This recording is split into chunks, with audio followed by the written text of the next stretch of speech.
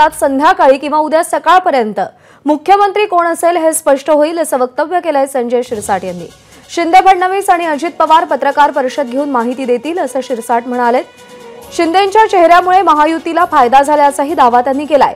मुख्यमंत्री पदाचा निर्णय हा वरिष्ठ पातळीवर होईल असं देखील शिरसाट म्हणाले आणि जो मुख्यमंत्री होईल त्याला महायुतीचा पाठिंबा असेल असंही त्यांनी नमूद केलंय।